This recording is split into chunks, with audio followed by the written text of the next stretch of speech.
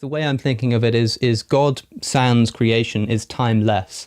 And so God kind of exists eternally as a timeless being, but somehow in the same breath exists as a temporal being as well. So is temporal and non-temporal? There is no time. Sans creation, this is a timeless, spaceless existence, and time and space come into being at the moment of creation, which I would identify for the sake of simplicity with the Big Bang, with t equals 0, the first moment of time.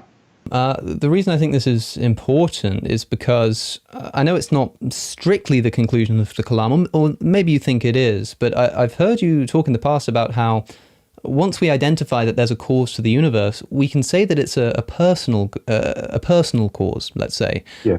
Because of the fact, and I may be misunderstanding here, but my interpretation was that it has to kind of do something to create a universe, right? And if an infinite being creates a finite thing, that doesn't seem to make sense unless the infinite being can change its nature in some sense. But how can we understand this outside of the idea of time, right? Because when I first heard that kind of line of thought, I was thinking, well, are we saying that there's an infinitely existing being who, because at some point in time creates the universe, something must change, and therefore it must be a kind of conscious decision-making cause? Without time, I don't see how that jump can be made.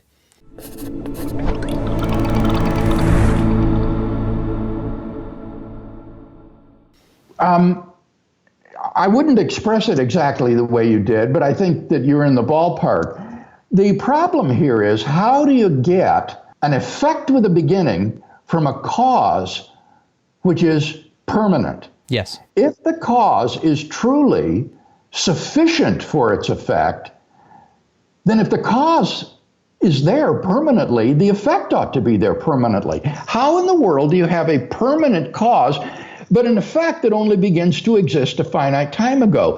And it seems to me that the best answer to that question is that the cause is a personal agent endowed with free will, because free will can initiate new effects without antecedent determining conditions.